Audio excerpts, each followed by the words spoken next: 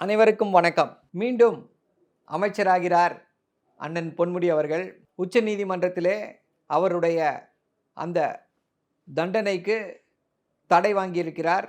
அதிலேயே ஏகப்பட்ட குழப்பங்கள். தடை வாங்கியிருக்கிறார் என்று சொன்னாலும் அதுக்கு இல்ல, ஒரு நியூஸ் சைட்டில் தவறாக போட்டிருக்காங்க, அதனால் வாய்ப்பு இல்லை அப்படின்னு சொல்லி பலரும் பாடம் எடுத்து கொண்டிருந்தார்கள். அதாவது தண்டனை நிறுத்தி வைப்பது என்பது வேறு, தண்டனைக்கு தடை என்பது வேறு என்று எல்லாரும் நமக்கு சட்ட வகுப்புகளை எடுத்துக்கொண்டிருந்தார்கள். அவர்களுக்கெல்லாம் தெரியல, அங்கே தண்டனையை நிறுத்தி வைத்திருக்கிறார்கள், தண்டனைக்கு தடை கொடுத்திருக்கிறார்கள். அவர் மீண்டும் எம்எல்ஏ ஆவதற்கோ அமைச்சராவதற்கோ வழிவகுக்கும் வகையில் தான் அந்த உத்தரவு இருக்கிறது என்று சொன்ன பொழுதும் யாரும் கேட்கவில்லை. இன்று அந்த உத்தரவு வந்துவிட்டது. முதலமைச்சர் நாளை பதவி பிரமாணம் அவருக்கு கொடுக்க வேண்டும் என்று ஆளுநருக்கு கடிதம் எழுதுகிறார்.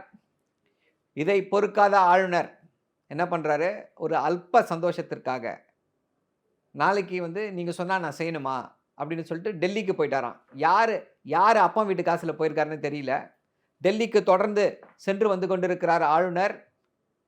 யாருடைய பணத்தில் அந்த அந்த தகவல்களை சொல்ல மறுக்கிறார்கள்.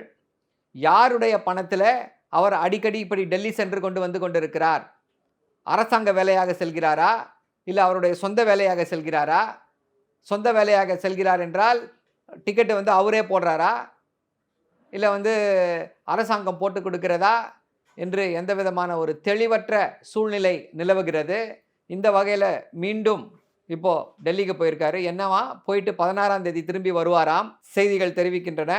2 நாள் அண்ணன் பொன்முடி அவர்கள் அமைச்சராவதை அவர் தள்ளி போடுறாராம். எப்படியெல்லாம் ஒரு அற்பத்தனமாக நடந்து கொள்கிறார்கள். இப்படிப்பட்ட உயரிய பொறுப்பில் இருக்கக்கூடியவர்கள் ஏன் இப்படி நடந்து கொள்கிறார்கள் அப்படின்றது நமக்கு சொல்லித் தெரிய வேண்டியதில்லை. இதுதான் பாஜக அரசியல் செய்யக்கூடிய அவலட்சணம்.